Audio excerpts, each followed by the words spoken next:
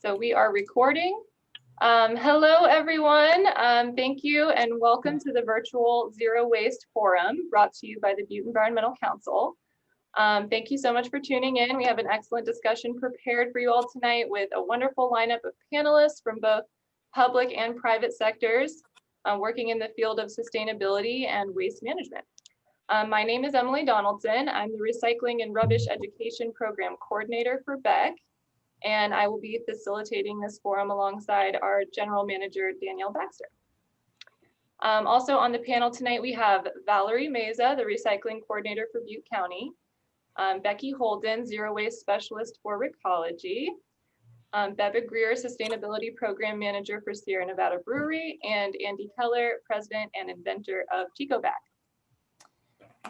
The purpose of this forum is to raise awareness in our community about waste issues and waste reduction efforts in Butte County and beyond. This forum aims to present a comprehensive look at waste issues from the perspectives of government, business, and nonprofit. And we want to emphasize the importance of collaboration and cooperation between these sectors in solving waste issues and bringing us into a zero waste future. If you're wondering what zero waste is, it is defined as a set of principles in which waste reduction is the focus and system redesign is encouraged. Zero waste means designing products and managing our waste to systematically avoid and eliminate waste and to recover all resources. This may sound far-fetched to some of us because we live in this mostly linear system that goes from extraction to production to consumption and disposal at a very fast pace. Non-recyclable single-use items have become the norm. But the reality is that we humans cannot continue to put trash into landfills at the rate that we have been doing forever. And anything that we cannot do forever is by definition unsustainable. So that is kind of the premise of the Zero Waste Forum. Each panelist is going to present their unique perspective working in their field to answer the following questions. What is your role in terms of zero waste, or what do you do? 2, in what ways have you seen zero waste practices implemented well in your line of work? What's working? And 3, how can we alter our systems to achieve zero waste in the future? How can we do better? Before we go to our first panelist, really quickly, Danielle Baxter is going to introduce herself and give you some guidelines about using Zoom tonight. Hi, everyone. Thanks for being here. My name is Danielle Baxter. I am the General Manager of Butte Environmental Council. We really appreciate you signing on this evening. And I just want to say thank you to our panelists who are ready to share some really important information with us tonight. So I will just be keeping an eye on the chat section. We ask that if you have any questions throughout the forum this evening, please do just enter them into the chat section and I'll be keeping an eye there. So we can choose a few of the questions at the end during the Q&A portion. Please keep in mind that we would love if you could include which panelist you'd like us to ask the question to.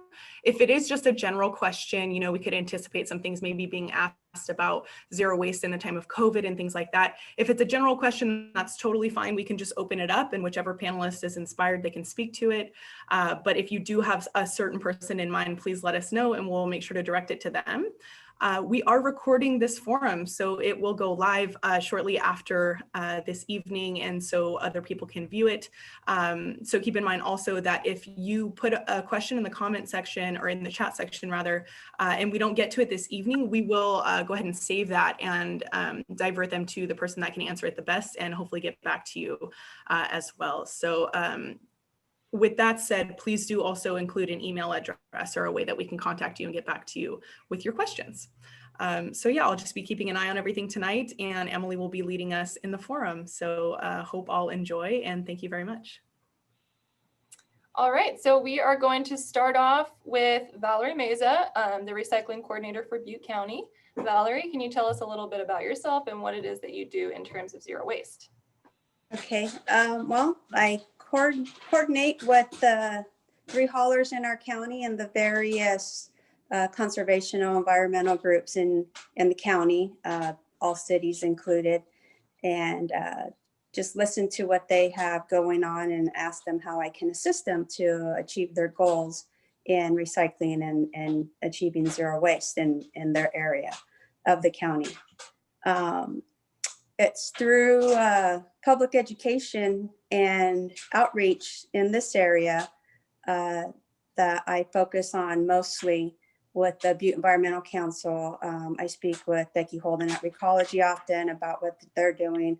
I reach out to waste management, ask them what their plans are, how they're recycling, and others in the community, like a drop in the bucket composting he picks up at people's homes. And so, I learned from him what he's doing for, $5 a bucket, you can have compost picked up and compost at a neighborhood garden. So that's the extent of my zero waste at this time.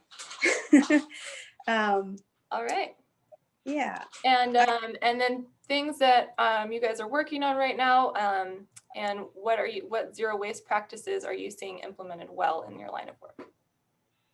Well, I work out at the landfill, so we're just starting a carpet recycling program out there this month. We'll get our container in, so we'll start that on the first of, hopefully the last week of October. So we'll just make sure we get our container on time, and that can happen.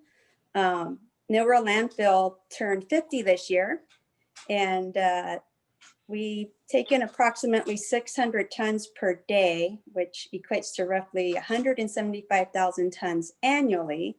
And we see approximately 100,000 vehicles come through our gate that are not garbage trucks, so just the general public. The landfill has increased 20% since COVID happened. So we're taking in more than what we anticipated for the second year in a row. Campfire last year, this year COVID. And landfill service lives recalculated out to the year 2048.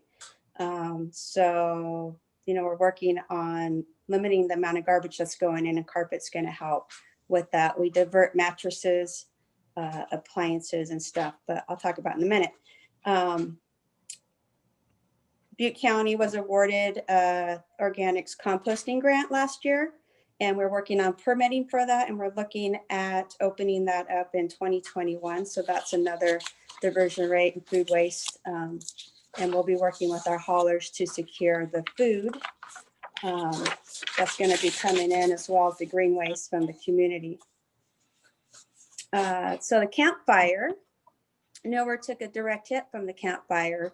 As you know, November 2018, we were damaged. It actually came over the landfill, burnt everything, burnt all of our methane piping, it burnt our water, rain gutters, it just annihilated the landfill. So yeah, it burnt it down. And even with the caterpillars up there trying to cut brake lines and stuff, it still got us. And then, as you remember, we had the winter storms following, where we had hundreds of gallons of water, and it wiped out our mattresses. You can see one floating there. And it took, the site took about a $2 million hit in damages, which have all been repaired. And the money came from the tipping fee that we charge for people to come in. We use that money to repair the landfill so we can stay open and keep going. We did have to close for approximately 7 days to get it all straightened out. We do my main specific job. Yeah, right there, that picture, that's just the water flowing down the road and into the bottom section of the landfill that we're working on, creating more airspace for future garbage. The good thing is we got it repaired and we got it up and going, and our diversion rates for 2019, we were able to divert on average about 20,000 mattresses. It's around 559 tons. And if you stacked it high, it would be as tall as Mount Lassen. And if you laid them end to end, nearly 23 miles long, you can jump your way from Chico to Oroville. So just imagine that, how many mattresses it would take to stretch from Chico to Oroville. In metal, including disaster waste, we took in 2,841 tons. Tires, we diverted 156 tons. E-waste, computers, electronic stuff, 564 tons. Oil, we diverted 684 gallons. Public oil, 29,000 gallons. And HHW, we diverted 45,065. So what else did we do?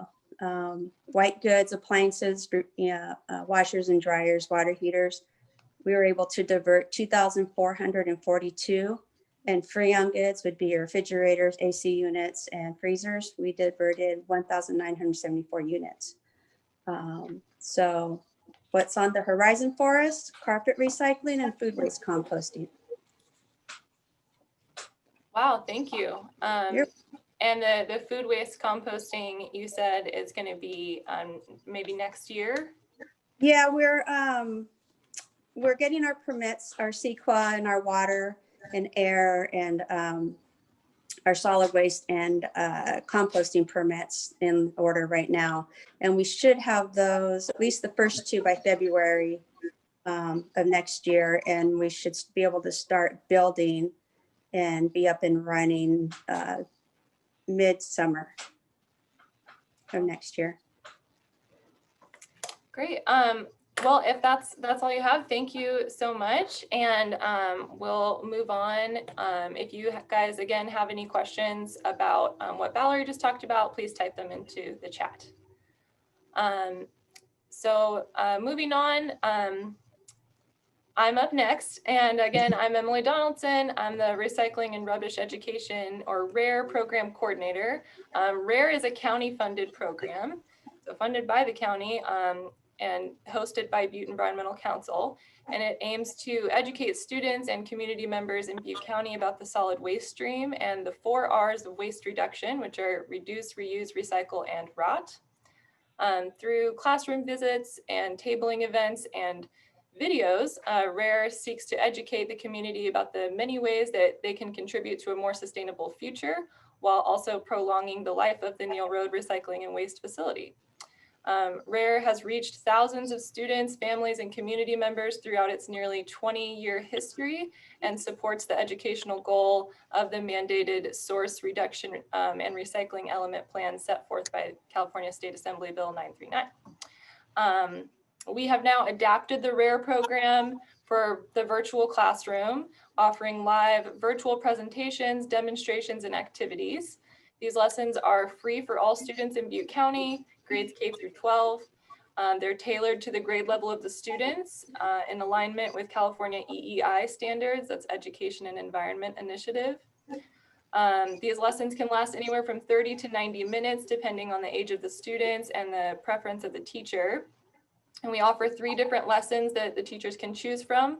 One that focuses on recycling, one that focuses on composting, and then the third is about used motor oil recycling, and that's for high school auto shop classes.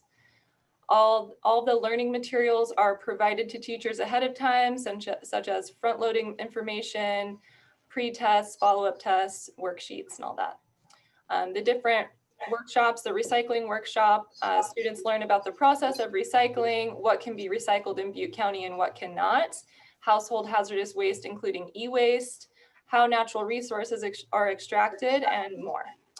We prompt the students to think about where things come from, what things are made of, and where it all goes when it leaves our trash cans or recycling bins. So students learn that when it comes to waste, there is no away. At the end of the recycling workshop, we do either a quiz or an upcycling craft together, like turning an old t-shirt into a reusable bag or another upcycling craft. And then for the composting workshop, students learn about the components of healthy soil, environmental benefits of composting and decomposition. And then we demonstrate how to create a small compost bin at home using red wiggler worms. The students get to see the worms up close, and all the ingredients that go into the compost bin. They learn about the anatomy of worms. They watch the creation of a new worm bin, and they see the progress of a bin that is further along. So for in-person classroom visits, we actually allow the class to keep the worm bin in their classroom so they can feed the worms and they can observe the process throughout their school year. Right now we're working on creating pre-recorded video versions of these lessons with local videographer Dan Carter. He's helping us out with that, and those will be available very soon on our website and social media. Scheduling a free live virtual workshop is super easy. You just go to www.becnet.org/rare, and then you click schedule virtual workshop, and then it will take you to the reservation site and then prompt you to note if you want virtual or in-person lessons. And then you choose what type of workshop you would like and the date and time. So super easy. And then you're sent a confirmation email along with relevant learning materials to share with your students. So that is the program that I coordinate. And as for touching on the second question that we wanted to touch on, what is working well in my line of work? What I see working well is that we get a ton of positive feedback about the RARE program. One teacher said, quote, "The RARE program is an excellent opportunity for students to think outside of the box on a topic that is so familiar, trash, yet so unknown.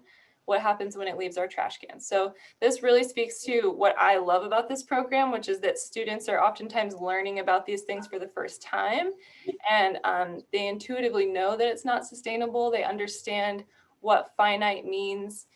They understand that, you know, they're going to have to deal with this problem in the future. So I hear students get really excited about new ways to use things rather than throwing them away. I hear them express sometimes funny ideas like maybe we should shoot our trash into space or feed them to trash monsters. So those are obviously not practical ideas, but the point is that they don't have this notion of like, this is the way it's always been. They think anything is possible. And I think that awareness of waste issues, especially at a young age, is the first fundamental step to creating lasting change. Also, another thing I think is working well in the role of nonprofit world is just that nonprofits are so important in driving change, sponsoring legislation, and just providing platforms like this to connect the community to what's going on. And then, you know, as far as things that we can do better, the RARE program is already working on creating more videos, like I said, and those will be available to everyone, not just kids, but adults.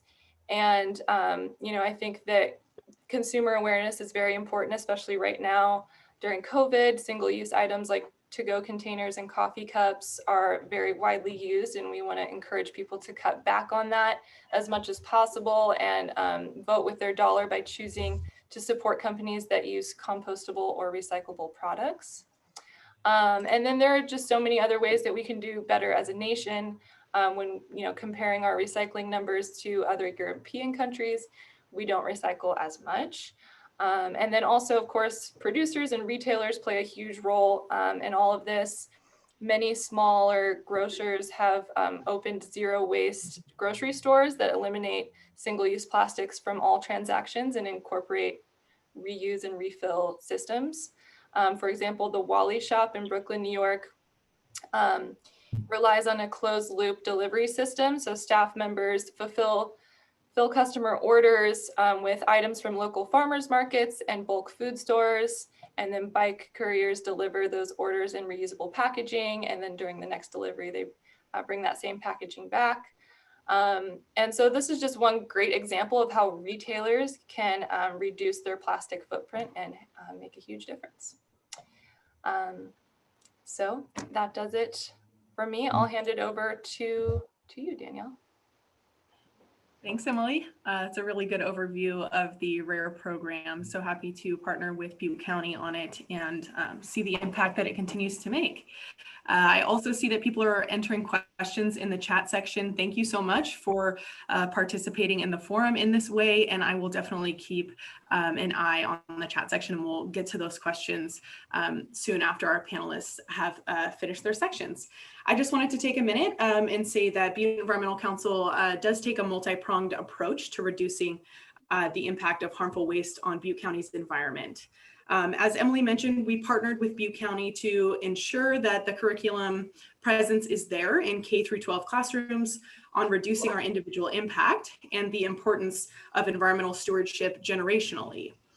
In addition to the ongoing education, as a preventative measure, we host an annual citywide Park and Creek cleanup.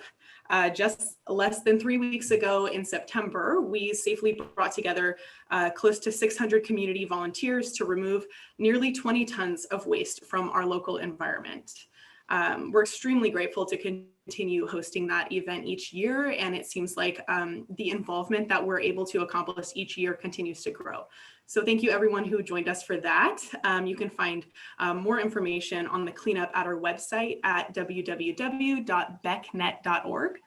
I also wanted to just mention that we can't do these things without people like you. So Butte Environmental Council is a membership-based nonprofit, and a lot of our funding comes from individuals in Butte County that really care about our mission and that follow and stay involved with the work that we do. So I just wanted to show you how easy it is to either explore ways that you could contribute to our mission and become a member, and also just to share this information with others. So I'm going to go ahead and pull up our website really quickly and show you where exactly you can do that. So this is Butte Environmental Council's homepage. The address there is becnet.org. And you can just scroll down here on our main homepage and click donate or become a member. We do understand that not everyone can give in the same way, but we know that everyone can give in some way. So we know that each individual person's ability to give is different, and it might not be financially supporting the organization at this time with your own hard-earned dollars, and that's totally okay. We have a lot of opportunities to continue to be involved and volunteer at events, see what else you can do to get up with what we're doing for Butte County. So that information is there. You can share this address with your friends and let them know that it is possible for them to support us individually as well. And I will let Emily take it off with our next panelist. Thank you. Yes, thank you. And yes, thank you to everyone who helped with the cleanup. That was really awesome to be a part of. And next up, we have Becky Holden, the Zero Waste Specialist for Recology. Why don't you take it away, Becky?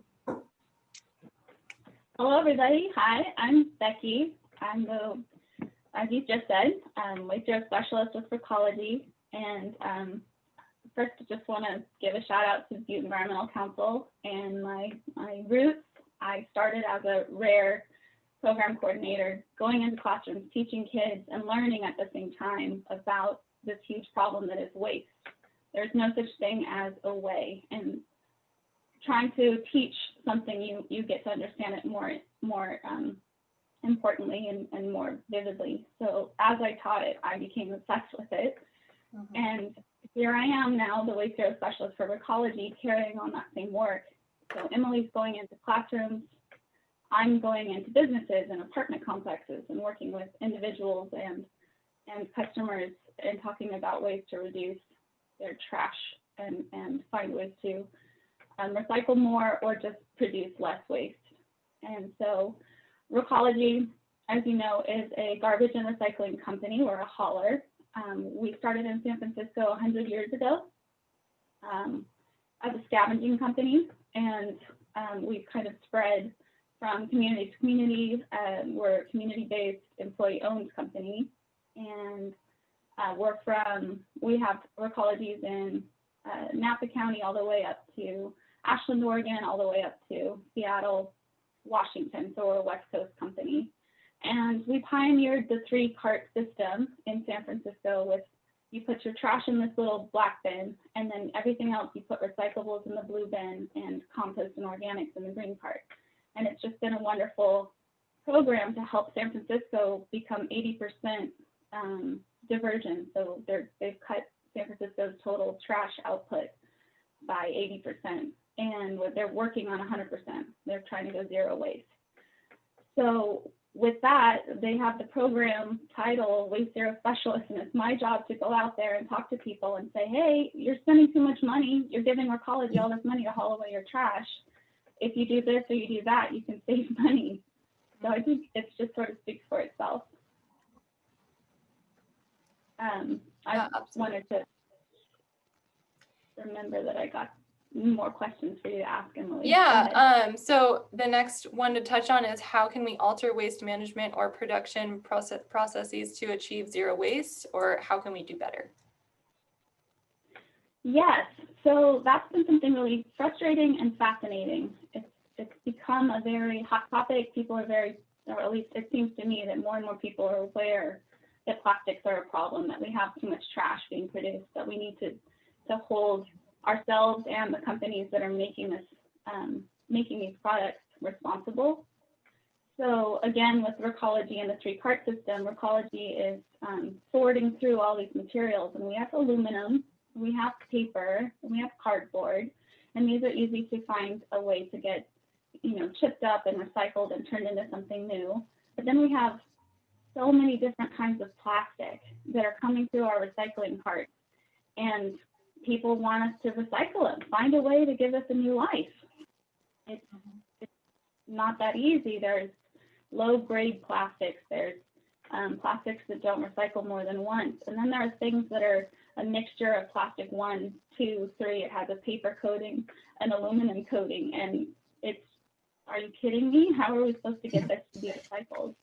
So one of the things that we've been working on is education, telling people, opt for recyclables 1 and 2 on your plastics. And we've seen some successes in the plastics recycling, contamination reduced, but we've also been seeing some product stewardship successes. So when you buy a new mattress, you're paying $10 up front, and that $10 is the disposal recycling fee. So when you go to get rid of that used mattress after it's, a couple decades and you're not using that mattress anymore, it's already ready to be recycled for free. You don't have to pay for it at the end. And those sorts of things have worked really well. So this picture here, the strategies, is just something that is part of my education outreach when I talk to people. Think about reducing the source of the trash. So we're talking about making things that are 1 type of plastic instead of 4 different types of plastics all blended together. And when you choose to buy something, opt for the thing that's more sustainable, like Emily said, vote with your dollar. Container reuse, I'm seeing more and more of those refillable bulk and zero waste shops coming up. I'm trying to find ways to do it. The co-op in Chico now has bulk items that come in a glass jar, so you pay a deposit and you can bring it back and they'll sanitize it and you can use that again and again. Number 3, the resin stewardship. This is just a type of extended producer responsibility. So when you're making something, again, limiting the number of plastics that are in the container, the type, the shape, so that Recology, when those materials are coming across our sorting line, we can build the infrastructure to go, oh, lemonade jug, got it. Milk jug, got it. Instead of a weird hybrid plastic metal monster, what am I supposed to do with this? It's going to go to the landfill. Number 4 is the recycled content mandates. So we're pushing for, if you're going to manufacture something made out of plastic, you should, be buying recycled plastic to kind of help fund that circle economy and that closed loop. So requiring that containers have recycled content really is a way to hold the producers to that. And then the label standardization and public education. People from San Francisco come to Chico and they want to know, where do I put this recyclable thing? And in Butte County, we don't take that. Or, in Washington, the recycling containers are brown, but in California, they're blue. And so there's this whole confusion of, I don't even want to mess it up. I'm just going to put it in the trash can. So we're trying to do label standardization and public education, and California is pushing for that as a, clean slate. And they're using the same sort of 3-cart program that Recology pioneered, with the black is trash or gray is trash, blue is recycling, and green is organic food waste and something that can be turned back into the soil. And with that, we had a big push to help get the plastics, let's see, it's the Recycling and Plastic Pollution Reduction Act. we had to do a big push with getting signatures on the petition. Butte Environmental Council helped put this out to the community, and we got a lot of people to virtually, download their own individual petition so that we could get enough signatures. It's now going to be on the 2022 ballot. It couldn't make it to the 2021, but that's okay. And we're hoping to get this. And what it is a tax, kind of like that thing with the mattresses, where if you're making something, you're going to help to make sure that it's going to have an end of life plan. So it's not just your problem, you bought it, you deal with it. Call up Recology and tell them to figure out how to recycle it. I don't have any responsibility. This will make it so that there's funding for that sort of infrastructure, and it'll incentivize, a better recycling and producing things that are designed to be recycled. Thank you. Thank you so much. Thank you for laying that all out so clearly. And yeah, that ballot measure sounds like what we need. So thank you. And Danielle, did you want to add something? Yeah, thanks, Becky. Before we get on to Beba's portion of the forum, I just wanted to pop back in and say this community forum is brought to you by Butte Environmental Council as a part of our community forum series. We first launched this program in 2019, and of course we're having in-person forums that were wonderful and interactive, and we actually got to have a physical panel. So of course we have adapted this program to now be virtual. So you can go ahead and head on over to Butte Environmental Council's website at becnet.org once more to check out some of the forums that we've done in the recent past, and also stay tuned there for updates on future forums. We will continue. And so some of the forums, if I can just talk briefly a little bit about what we've done in the past, we piloted the program with a community forum to help garner outreach for what was then the Sustainability Task Force and is now, as you know, the Climate Action Commission. We were garnering feedback on the Climate Action Plan update that the Commission is working on now. So that was kind of the first step of our interactive community forum series program. And then we went on to host a wonderful water forum last winter of 2019, and we had close to 70 people in the room that night at CSU Chico. So it is a little bit of a bummer that we didn't get to continue in person, but things being virtual now, being able to log on from the comfort of your own home, and then also having us with the ability to record it and share widely, we hope to continue the program and its successes that way. So the Butte Environmental Council mission is to protect and defend the land, air, and water of Butte County and the surrounding region through action, advocacy, and education. BEC was formed in 1975, and for over 40 years, BEC has had a significant voice in shaping the health of the environment and policies of Butte County and beyond.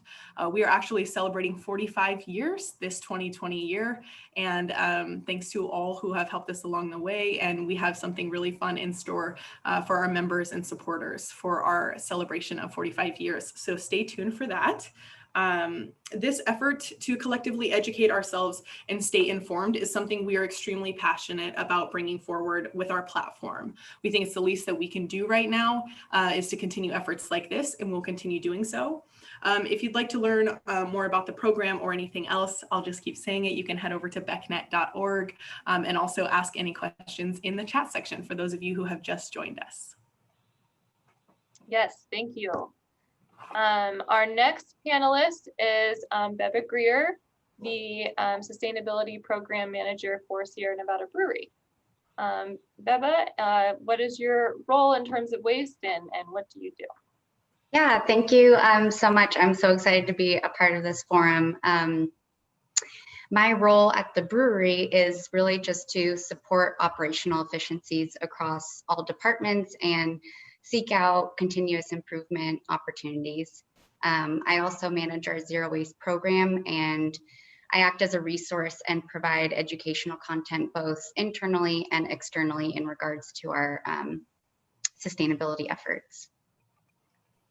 Awesome. And how have you seen zero waste practices implemented well in your line of work? What's working? Yeah, so I think Danielle is pulling up some slides I put together, and we can actually go over to the next one, please. So Sierra Nevada certainly has been a pioneer in the craft industry, but we've also been pioneers within brewing sustainability. And our zero waste philosophy is really driven by all three bubbles of sustainability. So a healthy environment, social equity, and economic stability. And by practicing zero waste, we are inherently more environmentally responsible, more resource efficient, and it really helps turn waste into savings and additional income streams. And by closing the loop, we're also able to cut down greenhouse gases. We're managing risk, reducing litter and pollution, and then we're able to reinvest those resources and create jobs and just more value for the company and the community. Next slide, please. So when we talk about zero waste in the traditional sense of solid waste, it's usually represented through a diversion rate. So the diversion rate is essentially showing how much stuff are we not sending to the landfill. These are 2019 numbers, and when you take the amount of material that was diverted and divide that by the total amount generated, that's how you get that rate of 95%. When we include spent grain and yeast, which is how we report our diversion rate externally to show all of our waste generated, you can see that our diversion rate is 99.7%, which is really impressive. So technically anything greater than 90% is what makes a facility zero waste. You can also see that, it's very expensive to be wasteful. Becky touched on that a little bit. And our zero waste program avoids nearly $400,000 annually in landfill costs. And it also earns us more than $40,000 in revenue. That number used to be much higher, but there's been quite a lot of shifts in recycling recently due to China's national sword policy. But in general, what I'm trying to represent is that, we're not only proud to not be sending all this material to the landfill, but it just makes business sense as well. Next slide, please. Something that works really well, I mentioned in the previous slide, the difference between our internal and external diversion rate. So internally, we exclude spent grain and yeast because it gives you a much greater picture of what's actually happening. So spent grain and yeast represent such a large volume of our total waste. You can see from this graph just how it can skew the data. It really helps when you're doing your own evaluation, either with your home or your business, to understand what's the total volume of your various waste streams. That will help you to understand, different areas of opportunity. We began tracking our material generation and diversion in 2006, and you can see just how much we have been able to improve over time. Next slide, please. So how do we reach zero waste? We follow the hierarchy of reduce, reuse, recycle, rot. And we start really simple. So even little things go a long way and lead into bigger impacts. When we onboard new employees, they automatically get a ChicoBag and clean canteen to start the personal habit of using reusable things and to set the stage for, how we hope everyone thinks in their role at work. And instead of just thinking about solid waste, we've expanded that definition to a more holistic one that looks at anything and everything that could potentially be wasted. So that's time, money, heat, energy. Beer is, of course, a very important one, because when beer is wasted, for example, we brewed too much or undersold, everything upstream has also been wasted. So the water, the hops, the energy, the labor, all of that went into producing the beer in the first place. Next slide, please. So in sort of following the order of the hierarchy, I'll focus on reduction. And we do have a fairly large transportation footprint, and it's something that we look at in our greenhouse gas inventory, especially within our supply chain impact. So a couple things we've done to reduce that is by using rail as a mode for transporting raw materials, especially barley, because it's just so much more efficient than trucking. So at each brewery, we have one in Chico and also in Mills River, North Carolina. We've installed essentially a Sierra Nevada train depot that brings in most of our barley. And again, rail is just so much more efficient because you can get 3 to 4 truckloads to every rail car and then several rail cars per train. So it's just a way better way to move material from a fuel perspective, cost, time, and really especially packaging. So we're able to significantly reduce the amount of packaging by receiving barley in bulk. When it's shipped by truck, it comes in these big super sacks, which are a plastic material made from polypropylene, which is pretty difficult to recycle. So you'll see in this second picture I mentioned, we have a second brewery, and we did reduce our transportation impacts quite a bit. We were shipping clear across the country, growing on the East Coast, and you know, it is a very big decision to open up a second brewery, but from a transportation perspective, it made a lot of sense. You know, you might as well make the beer right where it's going to be sold. Next slide, please. So these are some examples of how we reuse materials. So we collect single-sided paper at all our printers and have it remade into notepads for employees to use for scratch paper, to-do lists, what have you. In the second picture, we already talked about how much we invest our time in thinking about how our raw materials come in and out of our facility. So we use reusable pallets whenever possible. In this third example, I love it. It comes from our point of sale department. We noticed we were sending a lot of excess packaging materials straight to the recycling bin because we don't make the beer anymore, or graphics have changed, whatever. And so instead, we put this cardboard through a shredding machine that creates a webbed effect. I'm not sure how well you can all see this picture, but it's still fully recyclable. It's a little bit of added marketing, and it can be used in replacement of packing peanuts or bubble wrap when shipping items to customers or sales reps. Next slide, please. Awesome. So with recycling, we are a large facility and generate things in bulk, like cardboard, PET strapping, glass, aluminum. So we take the time and effort to source separate these materials, both to create a revenue stream, as well as to allow things to be recyclable that otherwise would not be in your curbside recycling stream, like shrink wrap, for example. And if you've had a chance to visit our facility, you'll notice that our production areas have a bin for just about every material you can think of. So this does require a good amount of continuous education for our employees.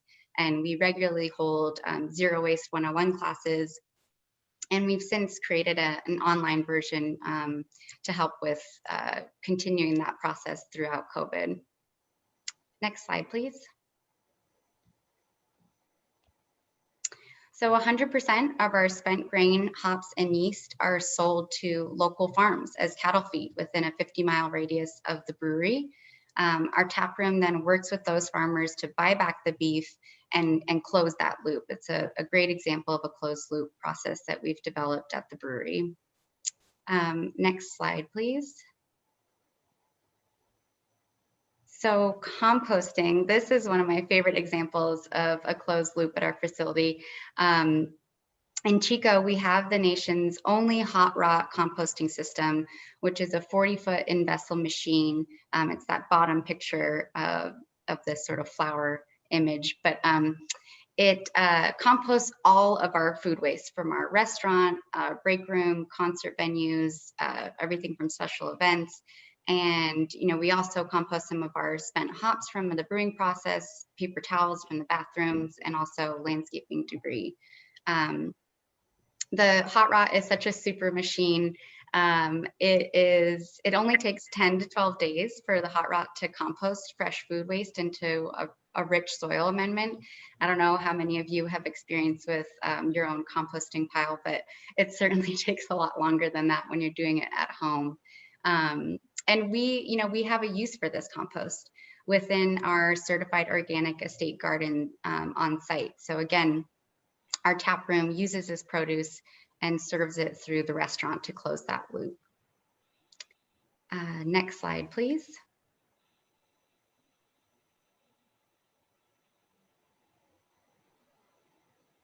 So I just covered just a few ways that, zero waste is implemented well. And truthfully, there are so many lovely examples of how we're using our resources wisely.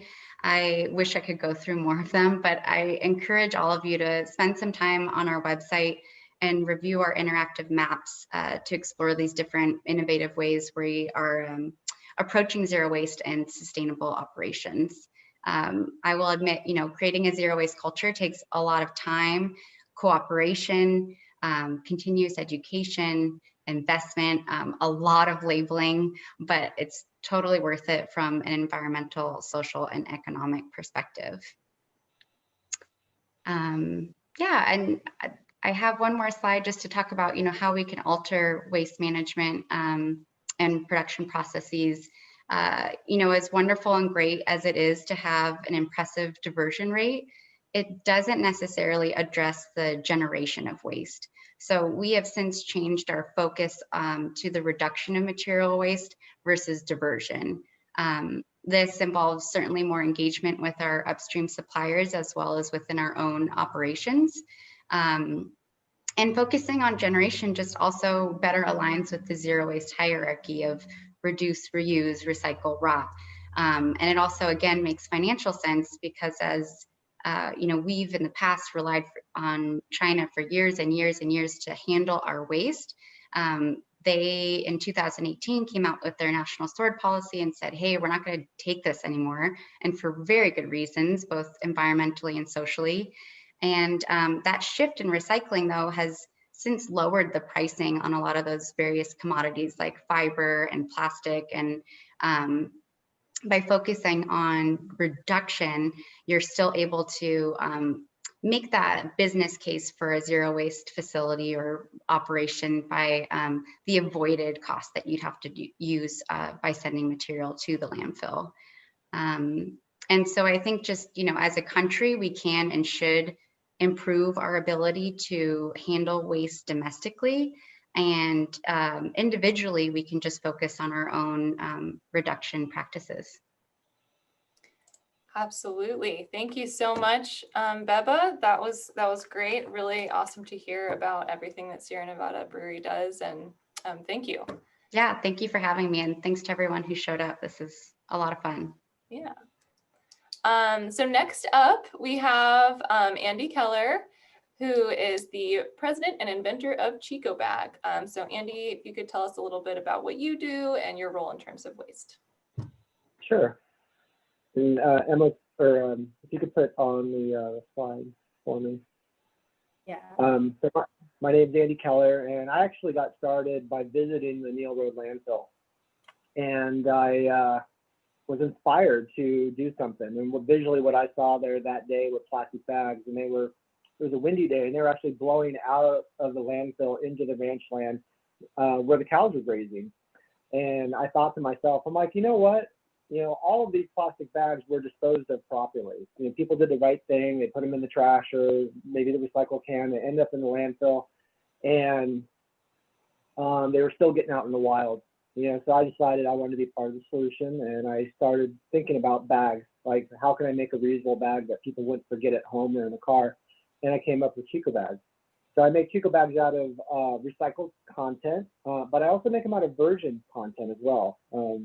PET and polyester. So the problem is that PET plastic yarn is 40% more expensive than virgin yarn in my world.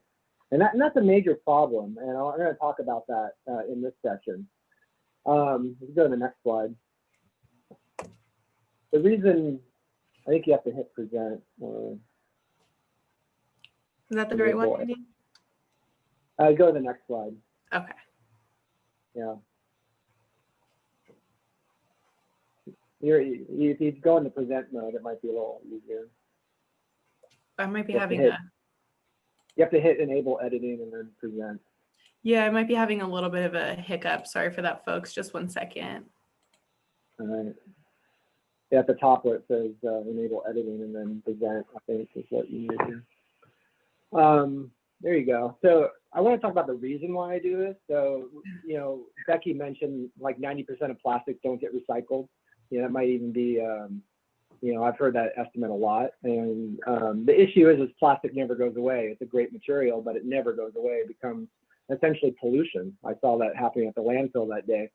And it persists in our environment. So even in the landfill, if it ends up escaping at some point, which over hundreds of years it probably will, it's still going to be persistent in the environment. What you're seeing in this picture here is plastic on the right and zooplankton on the left. And so when plastic gets in the environment, it ultimately ends up in the ocean where it degrades into smaller pieces of plastic. And it very much looks like zooplankton, which is the base of the food chain. And every other breath that we take as humans is because of basically the oxygen that's created was from plankton. So it's very important to human life that we protect the ocean. The ocean are the lungs of the world and are critical to life on Earth. If you go on the next slide.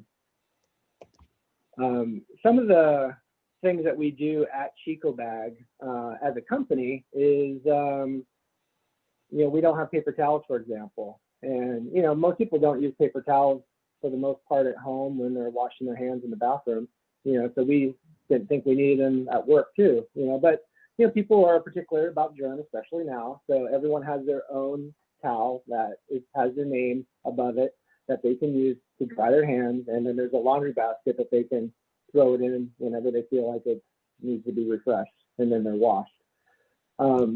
Our compost, at our office, we used to have company chickens where they would very efficiently process any of our compost. And we tried a worm bin, we tried compost bin. Chickens we found were the best solution for us.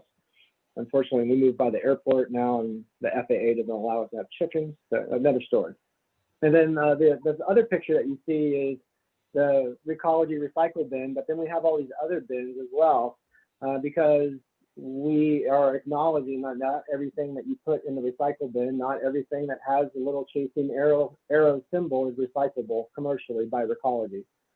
So we separate out these hard to recycle items and try to find sources or places where they can be recycled. So you go on to the next slide. So there's an issue I want to talk about. It's kind of the elephant in the room. And this is about economic incentives. So the plastics industry is in the business of creating resin. So they extract oil out of the ground, they break it apart, they create these resins. And the growth of this industry has been growing since the 1950s, like a hockey stick, and it's continuing to grow. The little dip there was the great, was that recession of 2008. But you can see it was just a little tiny dip, and it's growing continually, even today, despite all of these efforts. So if we go on the next slide. The reason basically is this whole industry has no incentive to recycle. The only incentive they have for recycling is to give them permission to keep making their products, because essentially it gives people permission to buy the product and the feel-good feeling of putting it in the blue bin and thinking it's going to get recycled. But as you know, most plastic is not being recycled. So it's a bit of a marketing ploy to get us to consume plastic. And the industry is very strong. They have lobby groups, they have front groups, they have PR companies, and essentially they do three things. The first thing they do is they minimize the impact. They'll say, well, plastic is just a small fraction of landfill waste. But of course, plastic is very light, and landfill waste is measured by weight. And this picture was actually taken at the landfill, so that's the first tactic that the industry does. The second tactic, if you go on the next slide, is they'll shift the blame. So they'll say, well, if people would just recycle, or if people wouldn't litter, we wouldn't have a problem. Let's invest in more public education, and let's invest in more recycling programs so that people know how to recycle. Well, that's ignoring the whole fact that a lot of these items are hard to recycle, or they don't have any market for the recycled content in the economy. And it basically shifts the blame from them, the people that are creating the product, to the consumer, the people that are consuming the product. And I've seen lots of examples of big consumer packaging companies bringing plastic items into like third world markets or developing countries where there is no recycling infrastructure, there is no waste infrastructure, and they're selling little sachets of detergent or dish soap in this society that doesn't have the waste infrastructure, and then they don't take any responsibility for it.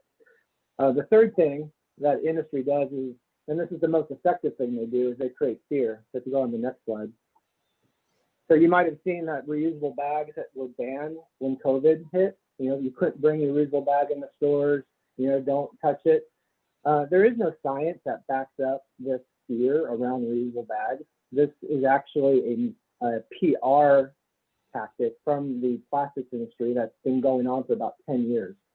They've got this story, you know, the studies that back up this claim are all funded by the plastics industry. And they've got this into the heads of society, especially the grocery workers, to the point where they are now demanding and advocating that reusable bags are not brought into the store.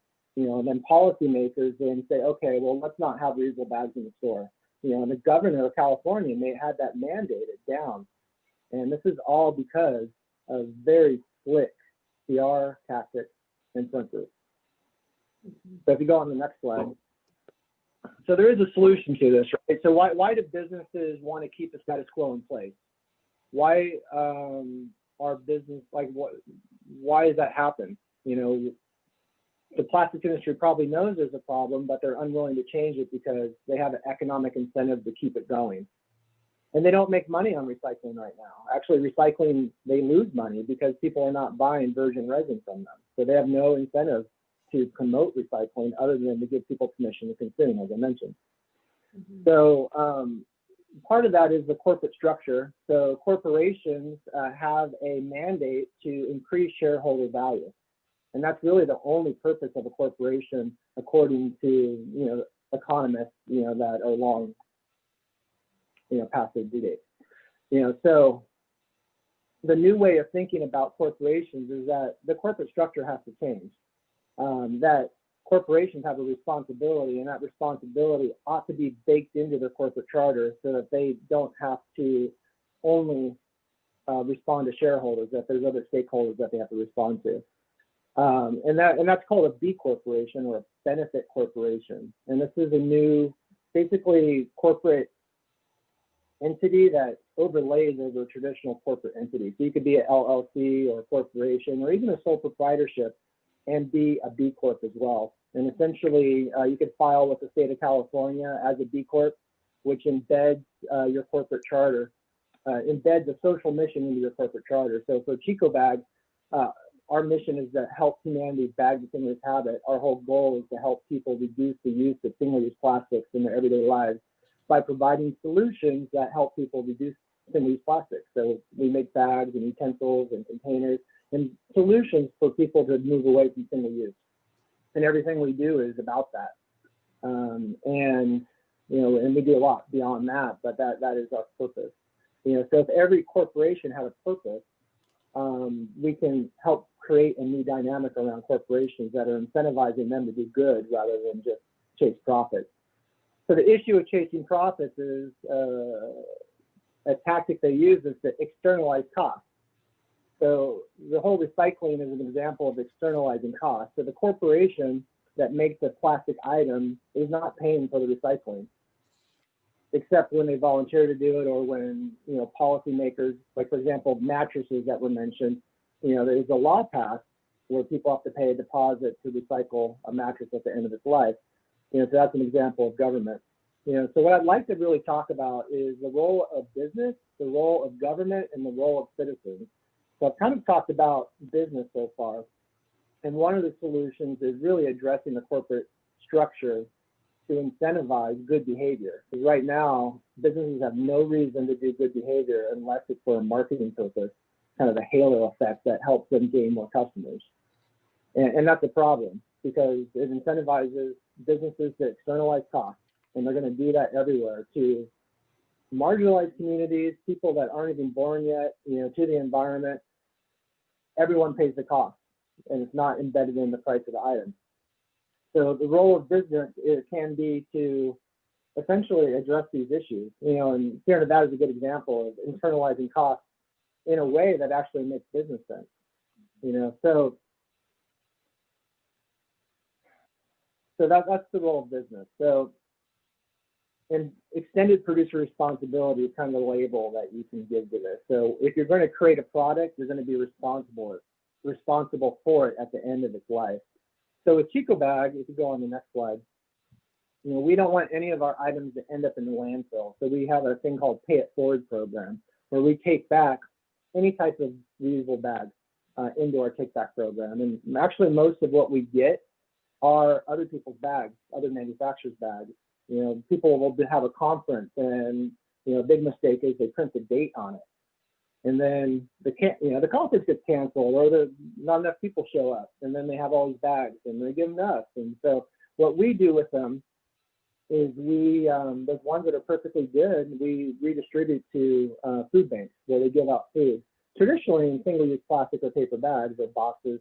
So we give them reusable bags that then get the bags out to communities that wouldn't normally have access to those kinds of products or the income to pay for those kinds of products. So if you go on the next slide.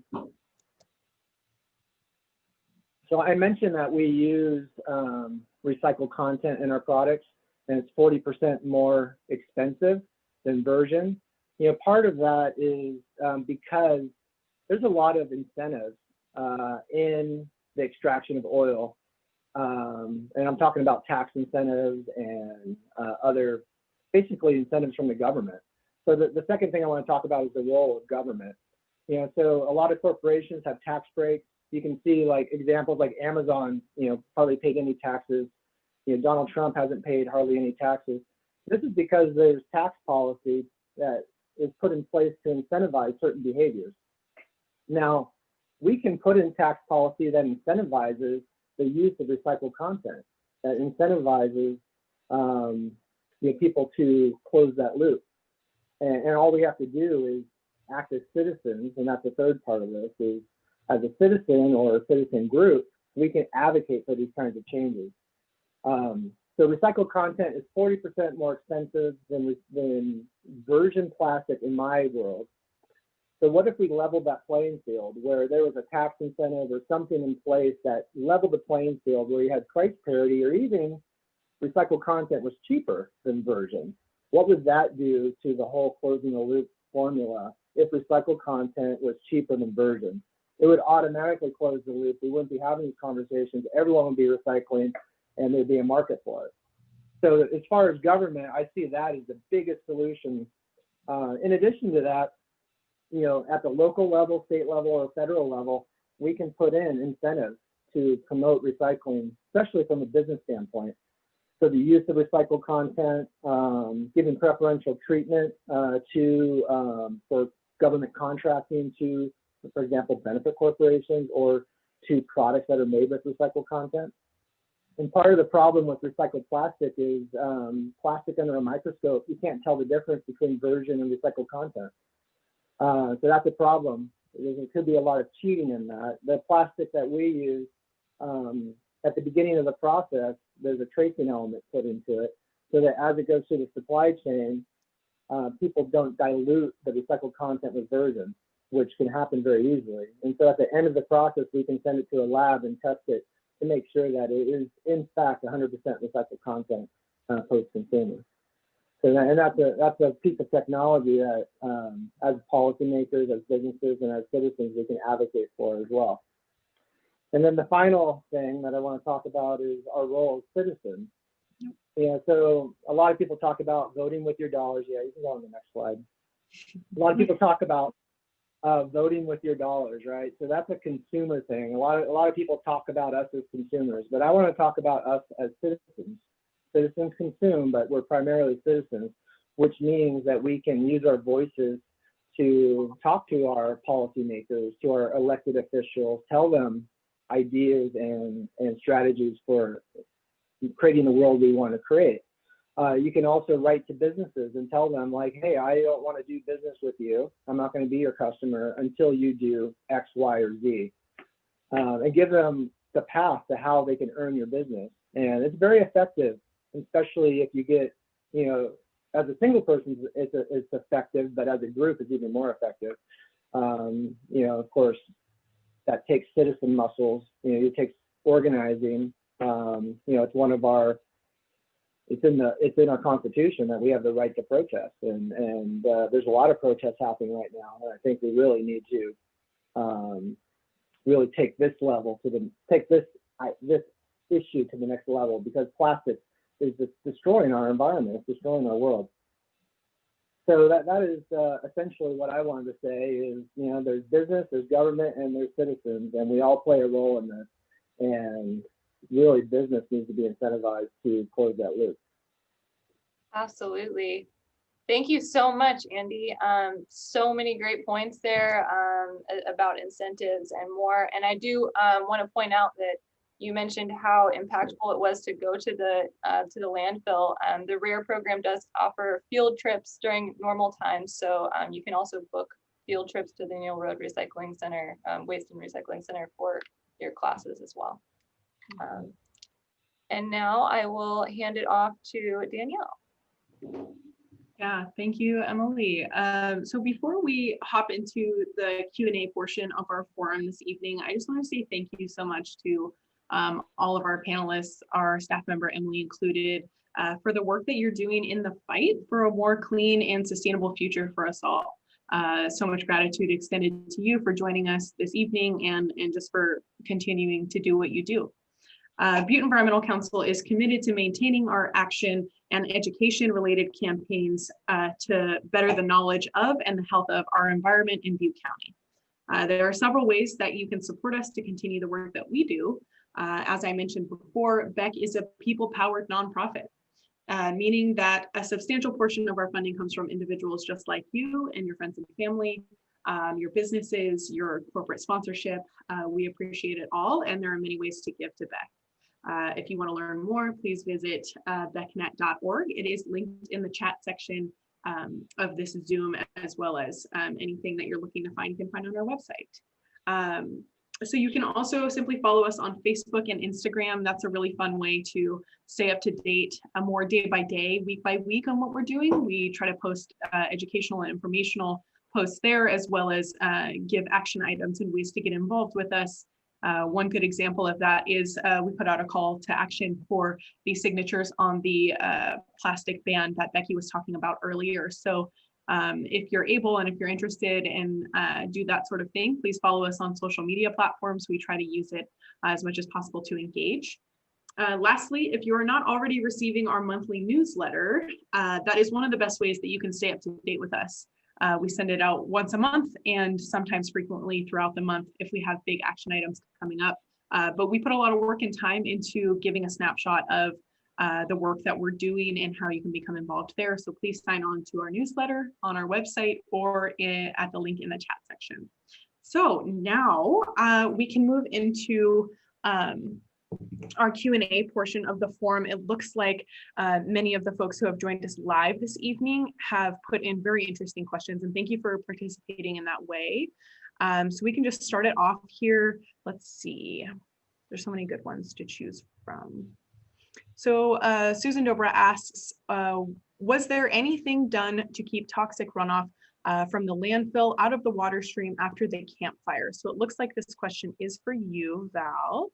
And I will see, I do need to unmute you here. One moment, please.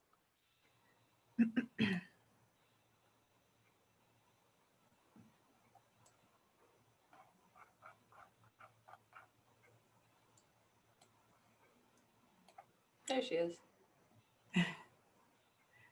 So Val, I think your mic is on. Do you want me to repeat the question for you? Yes, please. Okay, so Susan Dobra asks, was there anything that was done to keep the toxic runoff from the landfill out of the water stream after the campfire and the issues that you all faced out there during that time? Yes, I wasn't out there during that time. I started later in August, but the landfill, it's lined. And so whatever toxic runoff within the landfill is captured and it's sent directly to a leachate pond. The rainwater that came down the roads and stuff, that was thousands of gallons of water, fresh water.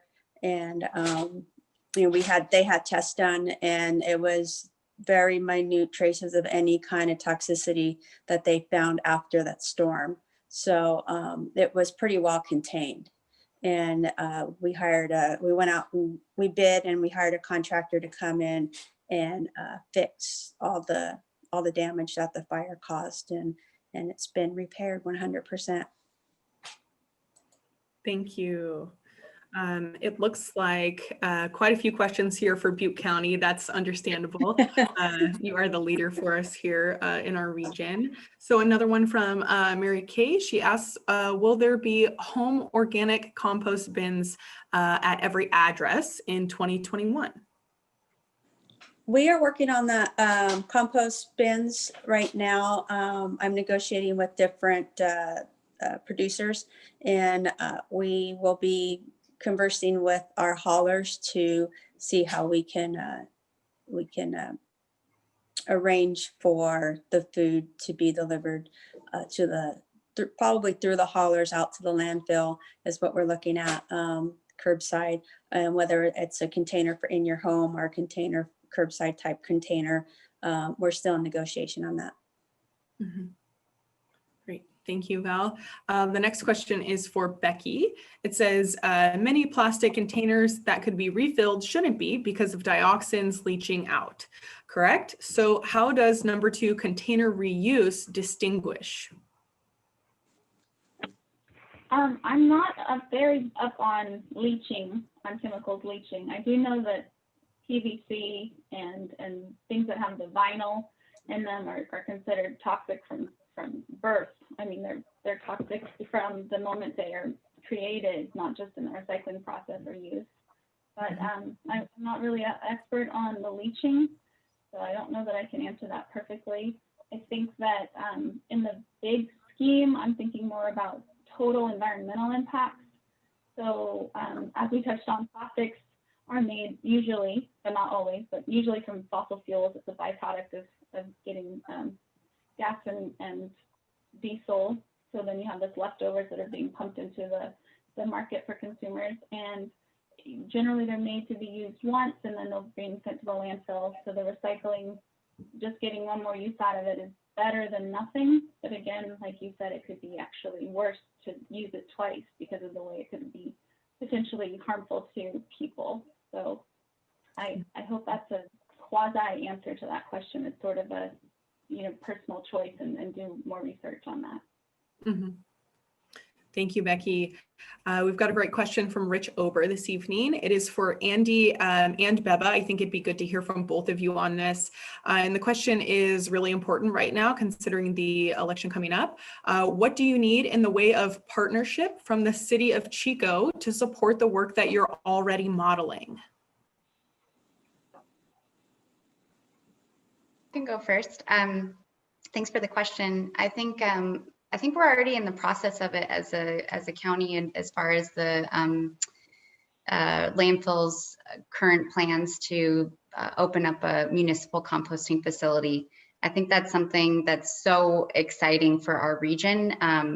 Composting is sort of the unsung hero of greenhouse gas or climate mitigation, truthfully. And even just getting that education out there for people to understand, when you send organics to the landfill, they try to break down, but they can't. So they produce methane as a byproduct. And with the onset of having that available for all community members, not just Sierra Nevada employees, I think that'll be such a huge improvement. And I can't wait to see that in the next year or two.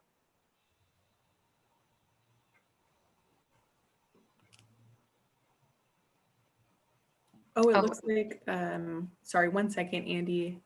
Oh, I had myself muted on my phone. I'm thinking about a couple things. The city enacted a plastic bag ban that certainly helped raise awareness around this issue. Other cities have also gone from that type of action to addressing polystyrene containers in food service. It seems like a really common sense thing to do, because not only are they really hard to recycle, but they're really not good for your health. As far as when people throw them in the microwave and they leach toxins or known to leach toxins, through that process. So considering a municipal ban on polystyrene food service items would be good. In our schools, the same thing's happening. We're giving these kinds of things to kids. school lunch program right now is giving out lunches in single-use plastic bags to every kid in the district, which really, I don't know what to do about it, but my daughter's coming home with plastic bags. I'm freaking out. But I mean, those are a couple of things. I think there's any policy that incentivizes the behavior and the business practices that we've talked about here would be very helpful. And that can come in the form of reduced building fees or permit fees or taxes or anything that gets mainstream business into thinking about these things. Because we're all preaching to the choir here. The real key is getting other people to notice these issues by putting in the incentives that get their attention. Yeah, go ahead, Becky. I feel like I could add on to that, kind of in an answer to the composting question I saw about can we have curbside composting for every house. Right now, Recology offers curbside composting for all of our residential customers, and we have residential customers in Oroville, not Chico, sorry. But it's cost prohibitive because it's not mandatory. You don't have to have organics recycling. And so the 1 or 2 or 3 addresses that are spread all over Oroville have to pay for that infrastructure. But if it was mandatory and everybody was pitching in 63 cents a month, then it would be, spread out over all of those, contributions. So something like that, similarly can help make these things happen. So I figured I'd add that. Thank you, Becky. And that is a good segue into our next question, which is actually from Andy to Valerie. It says, tons of easy to recycle items such as wood and metal are thrown into the landfill. How can we incentivize more diversion at Neal Road? We do have a metal recycling component out there. We have a metal pile, and we have contractor, and we do have the maintenance workers down who help direct cars on where to park. If they see someone with metal, they'll ask them to pick it up and bring it up to the metal pile. And that's something new that I implemented when I started, because I went down to the floor to watch what happened, to see where the hit and misses were, and the metal, wheelbarrows, all kinds of stuff. And, we were pulling them out, sticking them on a truck, and we decided to just have the public who put them there to pick it up and bring it back up. So that way we could divert that out of the landfill and save a little space with that. Pallets, we use the pallets every day for our e-waste room. We have stuff that we stick on top of them, and that gets picked up twice a week. So we're utilizing things now that weren't really being utilized before, that people were tossing down there. Mm-hmm.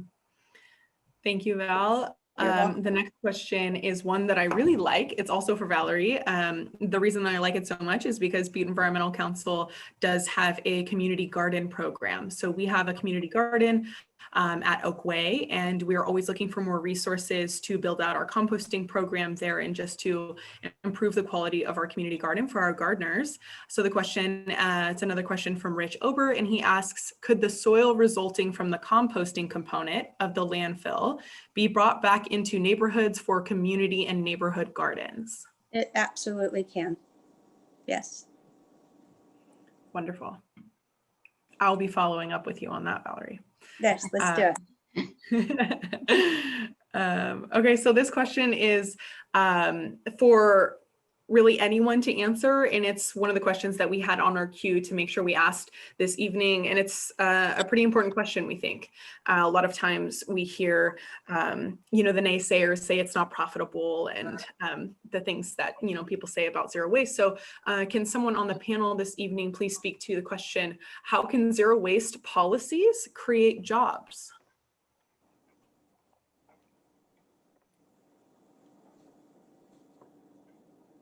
I guess I'll take a stab at that.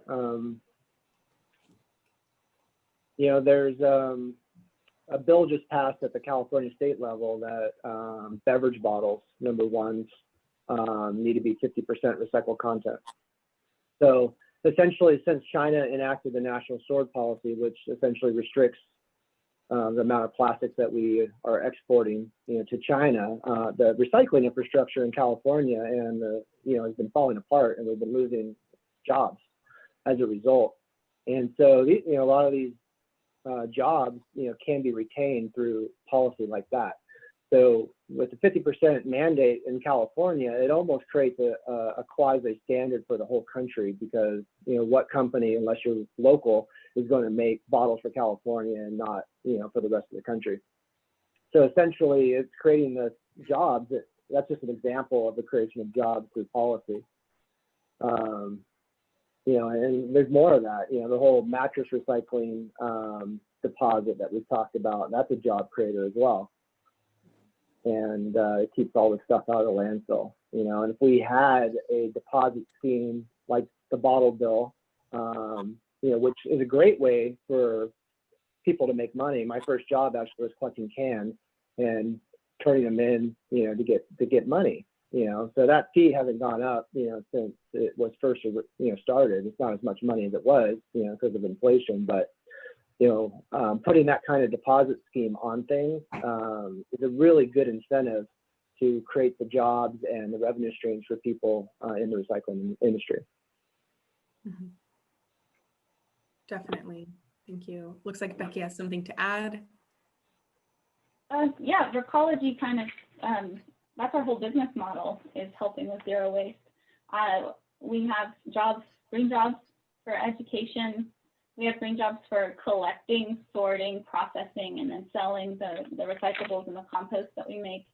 And if you think about it, how many people does it take to put something in the landfill? It's one guy picks it in the truck and dumps it in the landfill. How many people do you have to employ in order to collect it, sort it, market it, sell it, and teach people how to do it right? So it is way better. Yeah, I can feel, or I can certainly relate to that. I feel like I have a job because of zero waste. We have an entire department at the brewery, or brewery support department. It's not their sole purpose, but they helps with the handling. Our warehouse department helps load all of the recyclable materials that we take the time to source, separate onto the trailers. Yeah, there's just so between education to the actual labor to be able to sort through everything, and even the individuals who are participating, right? So at least at Sierra Nevada, sustainability or zero waste is quite literally in everyone's job title, because we all have to participate and cooperate to make it happen and to continue the culture.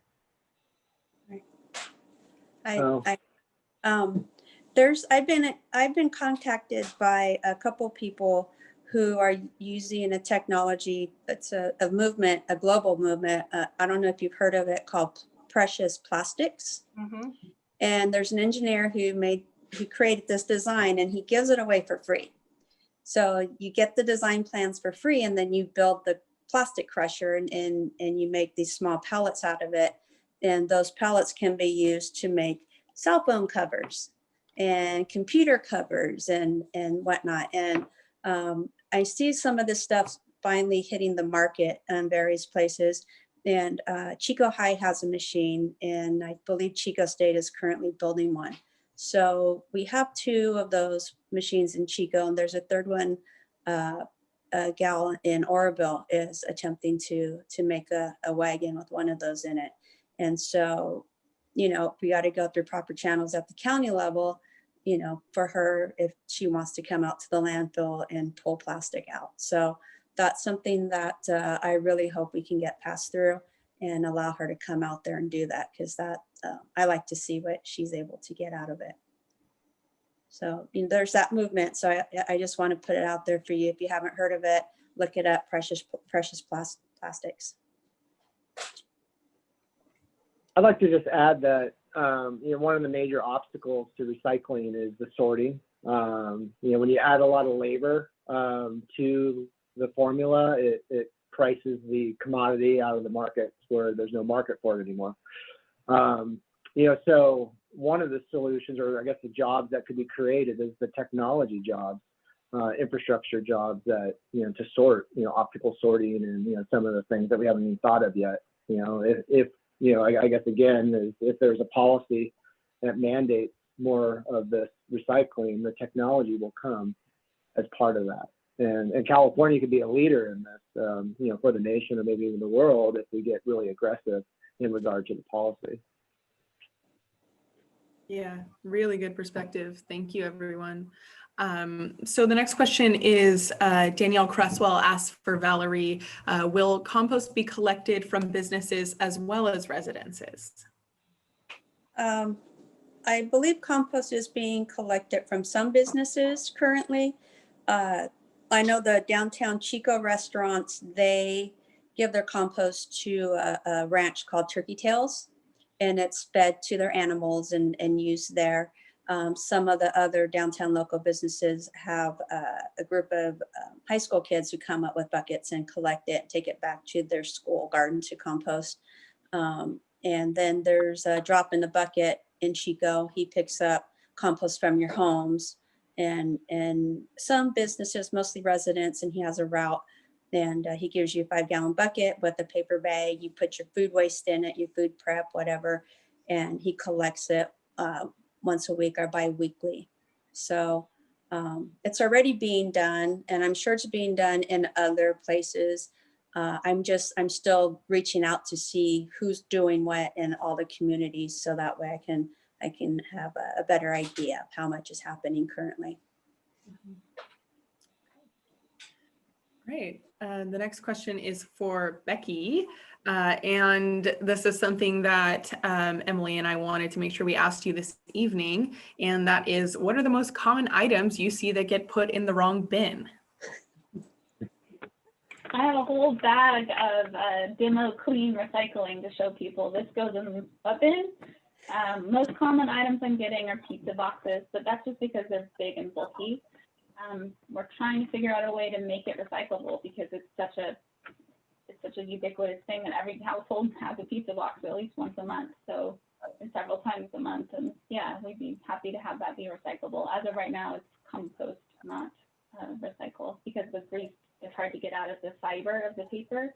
So anything that had cheesy or oily or sausagey meat stuff on it, not. Some other things that I get are a lot of the packaging padding containers or bubble, wrap that get with your orders from online shopping.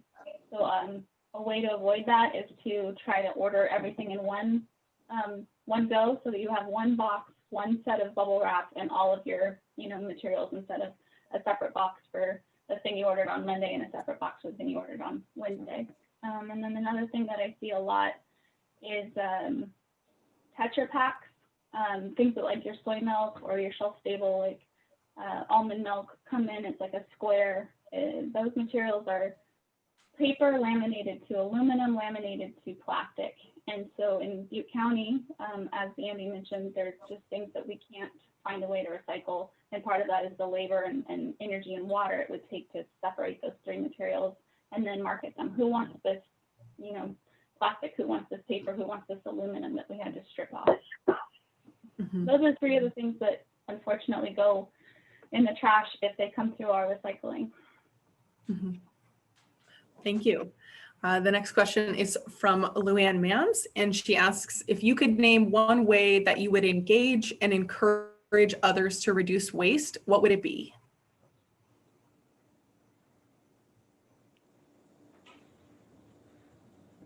Is that for me? I guess it's for everyone. Okay. Well, I think that just looking at, for me, what inspired me was to go to like a creek and understand that the leaves fall into the creek and help turn into soil, that the animals that breathe and live in the water, have a whole life cycle. They've been doing it for so many thousands of years. And then all of a sudden you see some trash floating down and you go, that just doesn't fit. We need to do better. Right. I've over the years have developed a philosophy of purchase with a purpose. It's like, do I really need to order food from a place that's going to teach me how to cook something, or can I just look it up online and get the recipe and go down to the local store and buy everything. And not have a big box with the styrofoam and the plastic and all the stuff that can't be recycled. There's no place to put it. You could put the box in recycling, but what are you gonna do with the packaging? And do I really need someone I don't know to send me food that I don't know if it's sourced properly or if it's organic, or, does it have hormones in it? You just don't know. So, purchase with the purpose, purchase locally, buy from your farms.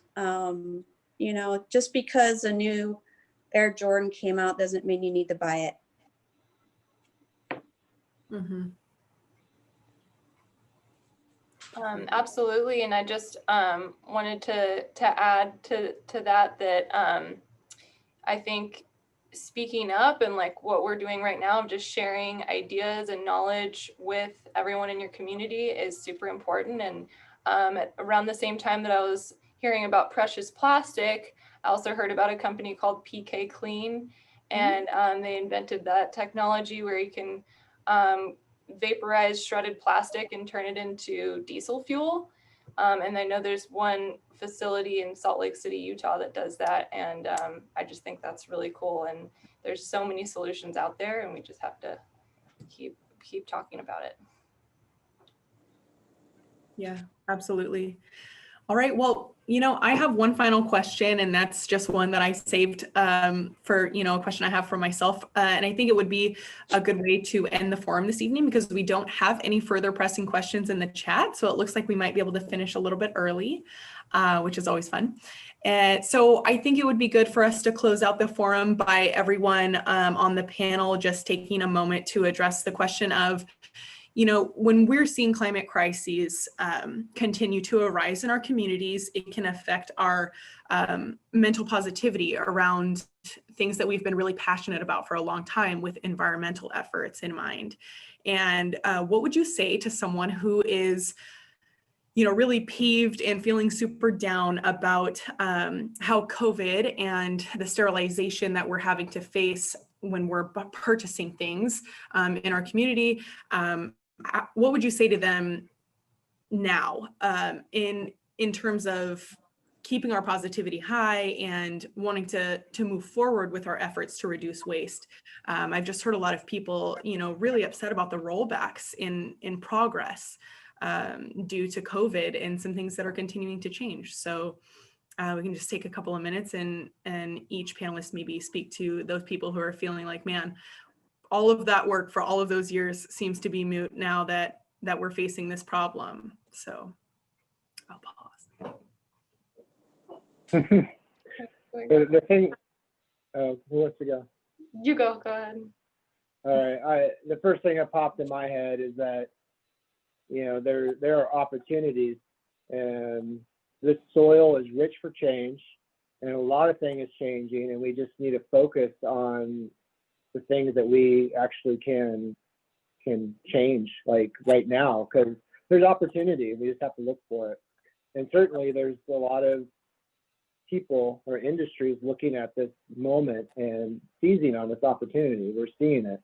The rollback of the plastic bag ban in California were no accident. There's lobbyists involved in that. And certainly on the environmental front, with more organization and more activism, we can do similar things as these big industries can. But we have more people on our side if we just get organized and do it. So there are opportunities, is I guess my main point. Absolutely. Yeah, just to add to that, I think that's a great point. When we're forced to look at our environment in a new lens, it allows people to be more innovative in new ways that, we have a new angle to be approaching these problems from. And I think the other thing is to appreciate the ability to slow down. I think so many of our purchasing habits sometimes come from because we want something fast and quick and easy and done. And if we have the opportunity to slow down, which I feel most people are experiencing their lives a little bit slower now, at least I am, you can take the time to, either grocery shop and do it in a calm manner. I don't even, when they say that they don't have a bag or I can't use my bags, I just put it back in the cart and I bag it at my car. It's such a small example, but it helps me feel like I can still, maintain my own sustainability values. And yeah, I guess that's really it. But it would be such a shame to lose hope. And there's so many new ways that we can approach these problems. Thank you, Beba, and thank you, Andy. I would just like to echo what you said and add that the people that showed up tonight are already doing something. You're getting involved, you're finding out the issues. I think as we talk about it, that helps. Just keep talking about it. Don't quiet up and don't ignore it, because we need to talk about it. And then I try to do one thing every day that makes me feel like I'm doing my part. So, reusable coffee cup, check. Or, avoiding excessive plastic packaging, or shopping local, or using reusable, anything like that. Really take that in and appreciate yourself for that, and that'll keep feeding your positivity. Good question.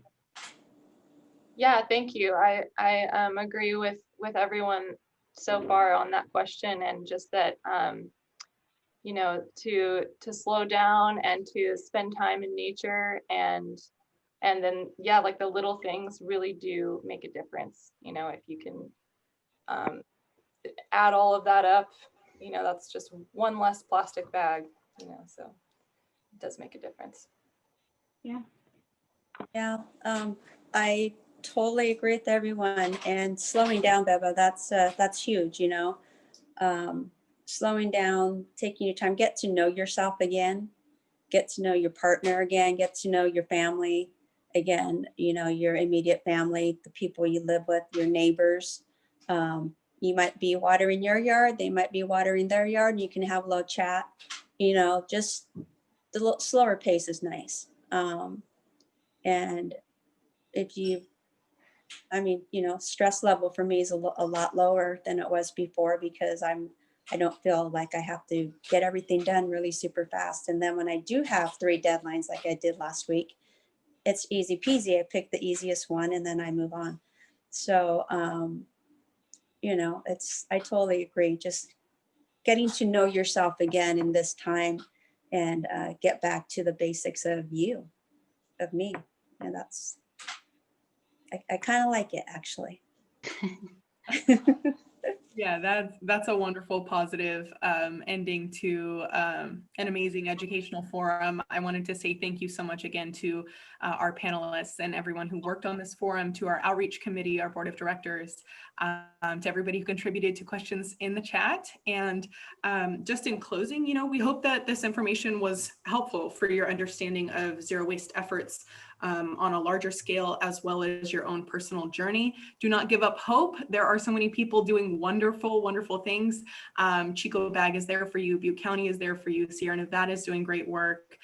Butte Environmental Council is here for you. So we will continue with our community forum series, and stay tuned, please.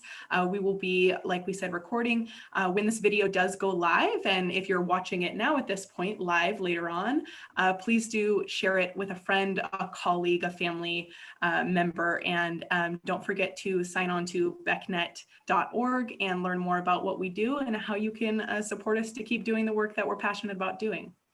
And with that, I will say thank you again and good night to all. Thank you all so much. Bye, thank you. Thank you. Yes, good night. Thank you.